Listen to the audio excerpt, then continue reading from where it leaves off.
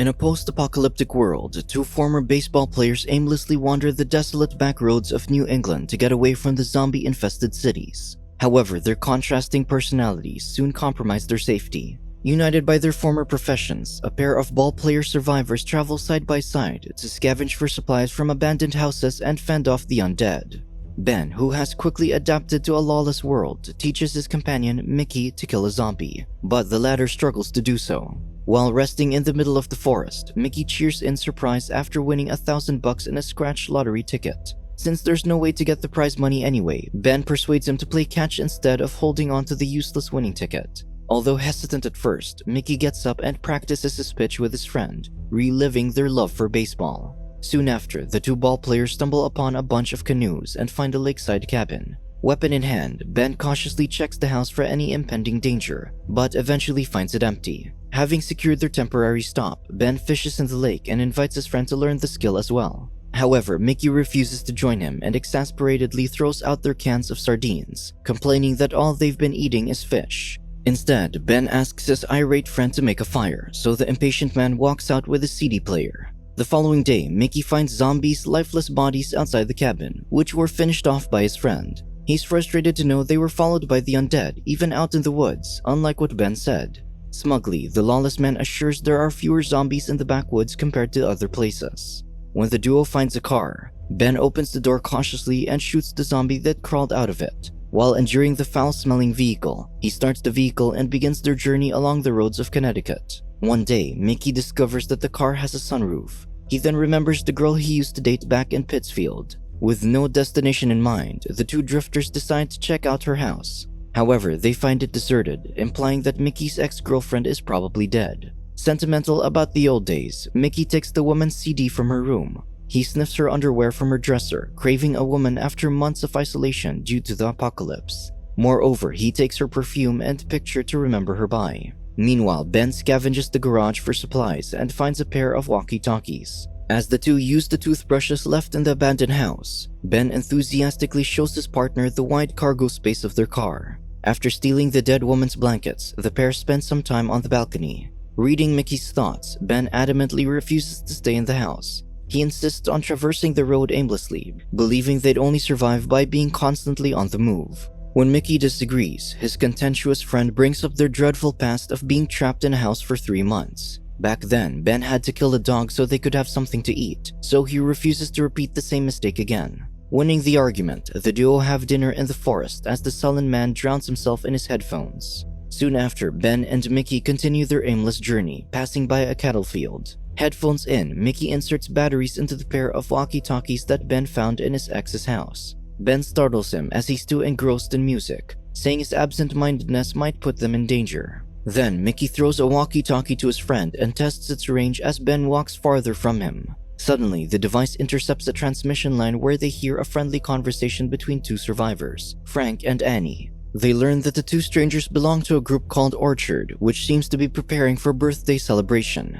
Eager to reconnect with other survivors, Mickey contacts the two strangers until Frank responds. The desperate man explains their aimless situation on the roads of Connecticut and asks to join them. But the man on the other line claims they're out of space and tells him to stay off their channel. Adamant to refuse the unwelcomed ballplayers, Frank warns Annie not to talk to them and drops the channel. When Mickey begs the strangers, no one responds, leaving him hopeless and frustrated. On the other hand, Ben remains unbothered, so the defeated ballplayer lashes out at him for his indifference and hunter-gatherer lifestyle. However, Ben only laughs at his friend's rants, but encourages him to find the other survivors to ease his mind. For the next few days, Mickey relentlessly contacts Annie through the device to no avail. Then, his friend realizes that he's only asking for the woman. Soon, Mickey checks out abandoned apartments in desperate search for the orchard. Suddenly, he opens a door filled with the undead, so Ben exits the car to finish them off while arguing with his frustrated partner. Equally enraged, Ben urges his friend to kill the zombie himself and triggers him using his mother and brother's death. Still, Mickey refuses to do his friend's murderous bidding until Ben has no choice but to finish it off with his bat. One day, while Mickey sleeps in the car and Ben bathes in a nearby waterfall, a female zombie approaches the vehicle. Although alarmed by the vicious creature, Mickey contemplates contacting his friend through the walkie-talkie. With the window shielding him from the zombie, the repressed man urgently removes his trousers and pleasures himself while staring at the female. Before he can finish, Ben shoots the creature dead, disrupting Mickey's fantasies while laughing at him. Soon after, the ball players stumble upon an empty lodge, despondently pondering about its lifeless hull. As the duo travel further, they cautiously enter another deserted house where Mickey finds a bedroom. He walks up to his friend and declares they will stay the night, desperate to live like a real human again. This time, Ben relents to his friend's wishes. While Mickey unpacks his stuff, he can't seem to find his headphones. Apparently, Ben is using them while fixing a bow outside, promising to return it tomorrow since he wants his friend to be alert while they spend the night in the house. Moreover, Ben argues that Mickey is constantly putting their life at risk for always wearing his headphones, saying he should learn to face their harsh reality. Spiteful, Mickey ignores his partner, who has been admiring the mural in the living room. Before going to sleep, he contacts Annie over the walkie-talkie, feeling defeated by her unresponsiveness.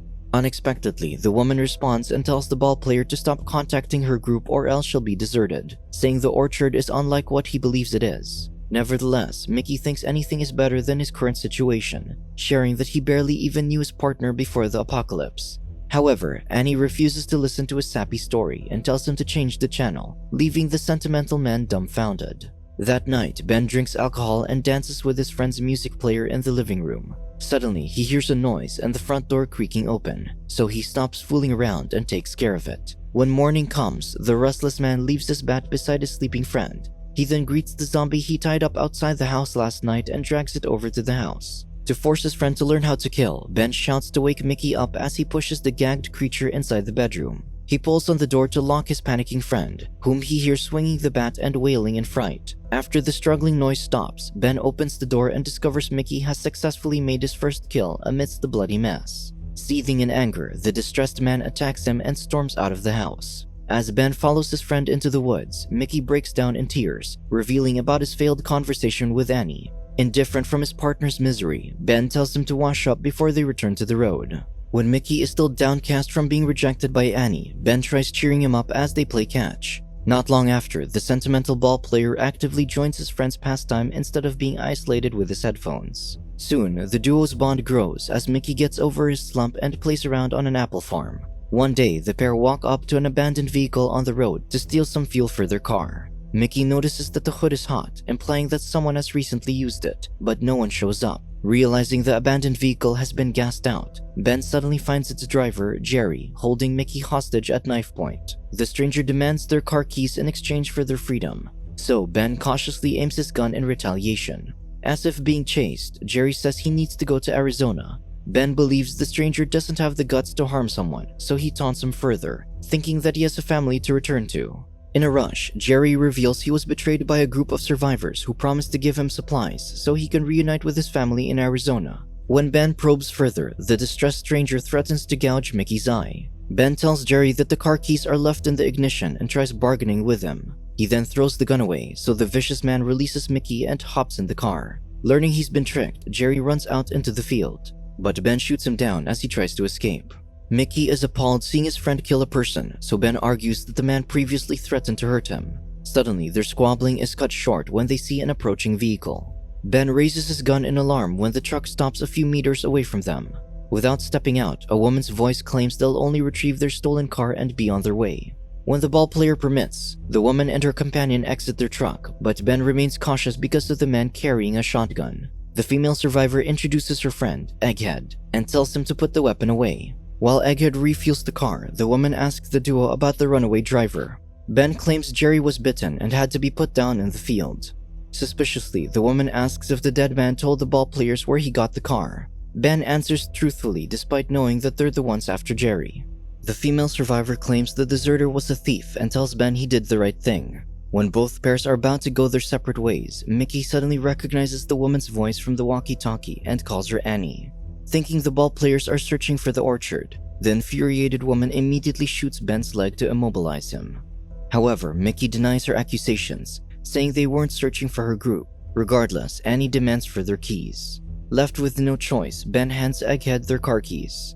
Then Annie throws it into the open field to keep the ball players from following them as they leave. As night falls, Mickey still searches the grassy field for their keys, but the darkness makes it harder for him to find them. Ben says they will continue looking for it in the morning while clutching his wounded leg. As the two helpless ballplayers spend the night in the car, Mickey suddenly hears a noise and wakes Ben. When he turns the headlights on, they see a horde of zombies ahead, approaching their vehicle. Panicking, Mickey exits the car to escape, but since his wounded friend can't follow, he returns inside and shuts the light. The following day, the ballplayers are trapped inside the car as the horde of zombies surrounds them. Mickey tries to contain his emotions, but ends up crying at their hopeless situation. Moments later, Ben opens the sunroof and fires at some of the undead. Unfortunately, he doesn't seem to minimize the flock and closes it again. Desperately, Mickey tells his friend to hotwire the car so they can escape, but Ben refuses to risk messing up the vehicle's circuitry. Exasperated, the wounded man starts blaming their situation on Mickey, whose persistence to join Annie led to their current misery. Ignoring his friend, Mickey suggests that they should keep quiet until the horde goes away. But Ben claims it won't happen, referencing the past when they were stuck in a similar situation. So, the wounded man worries about their survival, wondering how long the remaining water jugs will last them. While wasting their time smoking, Mickey suggests repeating what they did when they were trapped in a house at Pittsfield. However, his friend doesn't think the idea will work in a cramped space. One night, Mickey feels his heart palpitating, but he relieves himself as soon as he puts his headphones in. Unnerved by the lifeless faces constantly staring at them from outside, Mickey covers the windows with their blankets. Ben also starts saving the juices from the canned goods into his empty water jug, hoping they won't need to save up their urine to keep them hydrated. Fed up with the zombies' growls, Ben thrashes in frustration, so Mickey uses his words against him to calm him down. One day, Ben suggests downing an alcohol bottle to celebrate their last night on Earth. His friend initially hesitates, but soon, the intoxicated duo fools around in the car while making fun of their situation. The following day, Ben despondently urges his partner to search for the car keys outside and escape on his own if he can't. However, Mickey refuses to leave his friend behind, swearing that he'll succeed. Afterward, Mickey climbs outside through the sunroof, leaving Ben alone. Despite telling his friend to escape without him, the lonely man furiously wishes for him to return. Not long after, Mickey knocks on the sunroof, so the hopeful man lets him in, thinking he was able to retrieve the keys. Unfortunately, Ben sees that his friend is bitten on the hand by a zombie, which endangers them both. Although distraught, Ben snatches his gun and holds his friend at gunpoint, ordering him to exit the car. However, Mickey frantically begs for his life as the infection manifests in his body. Left with no choice, Ben ultimately shoots his friend, screaming in agony upon delivering Mickey's death. Soon, the traumatized ballplayer prepares to escape the car while trying to survive with his remaining supplies. He contacts Annie through the walkie-talkie, telling her about their devastating escape from a 3-month entrapment in a house when the apocalypse began. Ben attempts to flee the same way, swearing to put a bullet into Annie's head if he succeeds. He destroys his baseball and untangles it until he reaches the pill at the center, signaling the start of his getaway. When he removes the drapes and opens the trunk, the surviving ballplayer braces himself for what is yet to come. Soon, with a wounded leg, a vengeful Ben walks down the road after successfully leaving the car while the horde of the undead follows him behind. Subscribe to watch more videos like this, turn on notifications and leave a like to help the channel out. Thank you for watching.